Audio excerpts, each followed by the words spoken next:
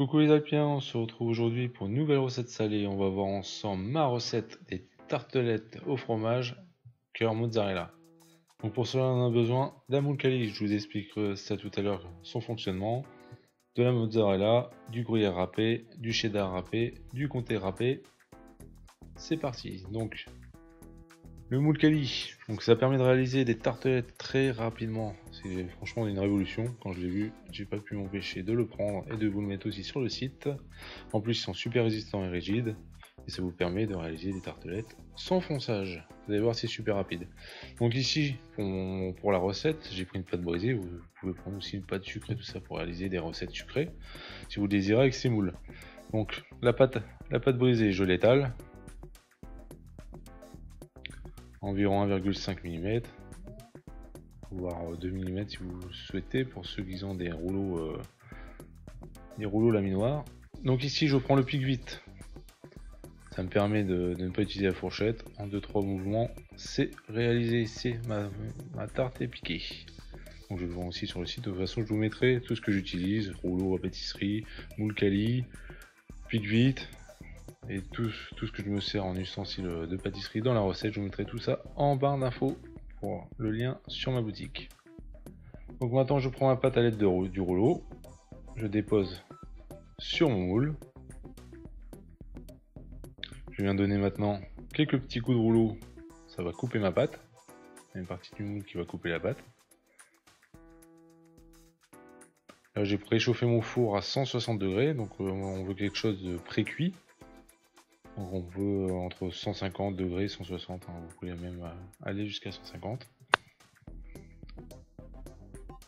Et voilà, donc j'en ai réalisé plusieurs.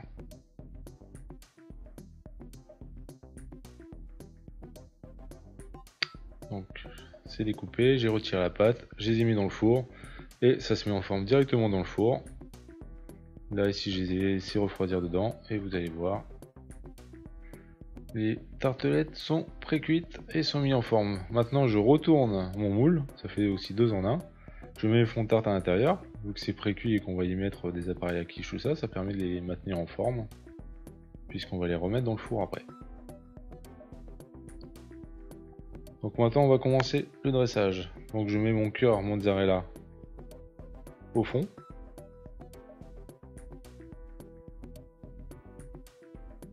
Vous allez me dire que j'adore aussi le fromage, il y a beaucoup de recettes à base de fromage, mais j'adore le fromage.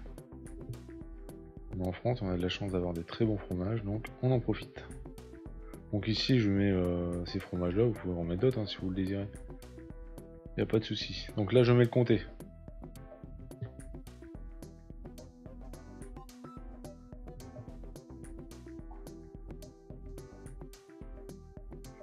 Ensuite, une fois le comté mis, je vais mettre le cheddar râpé.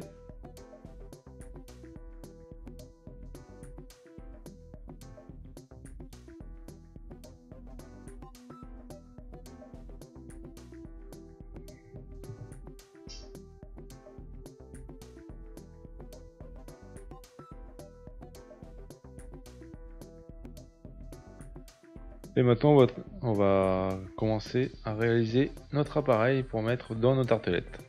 Donc pour cela on a besoin de crème liquide, on a besoin de lait et on a besoin d'œufs. On va assaisonner, on va mettre un peu de sel, du poivre.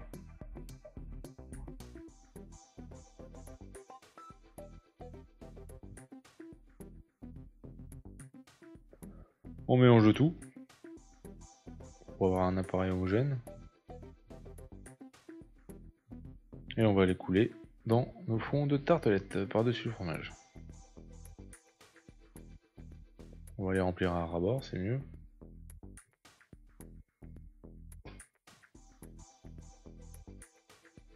On aurait pu mettre aussi une petite note de muscade, mais j'ai préféré laisser place au goût du fromage plutôt, pour le laisser en avant, pour pas le transformer.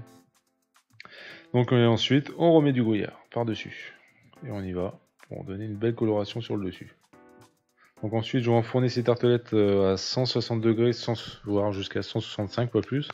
Les moules cali sont résistants jusqu'à 170 degrés, vu que c'est beaucoup de choses pré-cuites qu'on fait dedans. Et même les choses cuites à 160 degrés, Ils sont réalisés pour avoir nos fonds. Donc voilà, j'ai les sorties du four. Il n'y a plus qu'à les servir et les déguster. Vous pouvez les déguster à l'apéro, en entrée, comme vous le souhaitez. Voilà, donc la recette est finie pour aujourd'hui. N'hésitez pas à me rejoindre sur ma chaîne secondaire, je vous mettrai le lien en barre d'infos. Et à me rejoindre aussi sur les réseaux sociaux. Je vous dis à vendredi pour une recette sucrée. Bis!